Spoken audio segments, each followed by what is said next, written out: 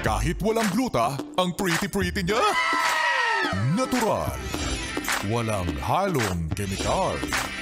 Hindi, wow. Maria Morena! Yes FM! Yes, friend, kasama mo na nga ang iyong Morena girl. This is this is DJ Maria Morena.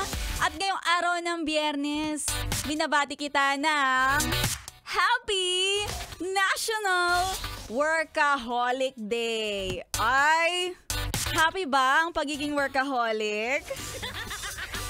At papaano ba isi-celebrate ang pagiging ang ating celebration ngayon na National Workaholic Day? Of course, unang-una sa lahat, pumasok ka sa trabaho.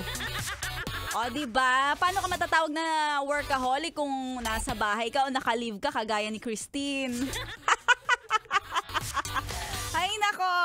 Pero alam mo, hindi naman itong ang tawag dito, Happy National Workaholic Day. Hindi naman ito yung tipo ng mga celebration na kagaya ng birthday.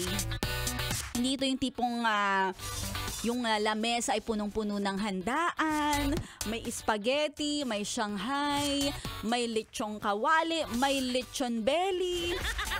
Wala, hindi ganun.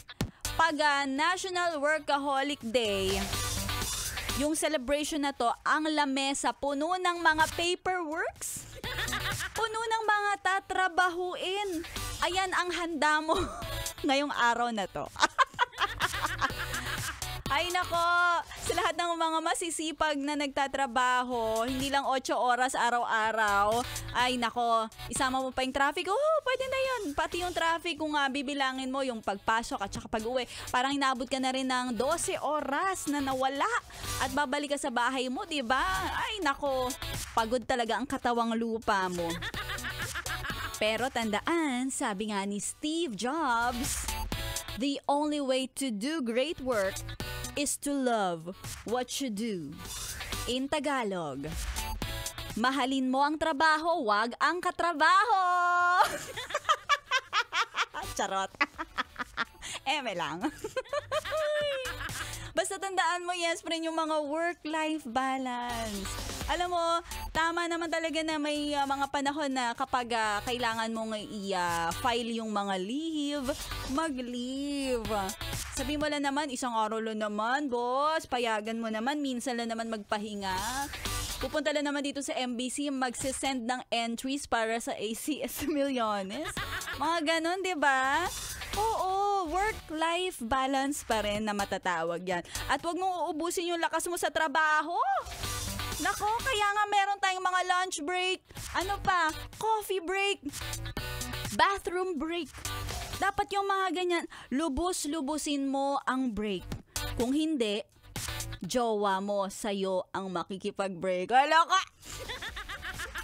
Iyak, huhu ka talaga dyan. Break it down, yo ka talaga. Kaya iwasan mo yung mga ganon ang maging consequences ng pagiging workaholic. So ano ba talaga, Maria Morena? Isa-celebrate ba natin ito o iiyakan natin yung National Workaholic Day? Ano ba? Of course, diba? Celebration din ito. Kaya sa mga yes friend natin, ngayon, dahil napaka-busy mo sa work, tapos nakikinig ka pa sa Yes FM. Para sa'yo na workaholic, maganda na, workaholic pa, pero walang jowa. Ala! Eto na lang ang gawin mo, sumali ka na lang sa ating papromo na namumudmod ng blessing. Hindi man jowa, pera naman ang binibigay natin sa ating...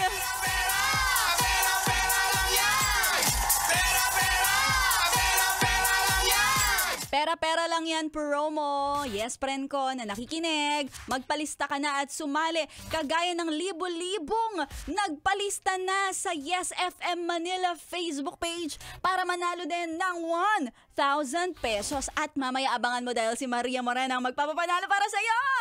Gusto ko ng konting surprise. Kaya mamaya abangan mo kung sino ang mananalo. At syempre, tuloy-tuloy mo ang pakikitutok sa akin.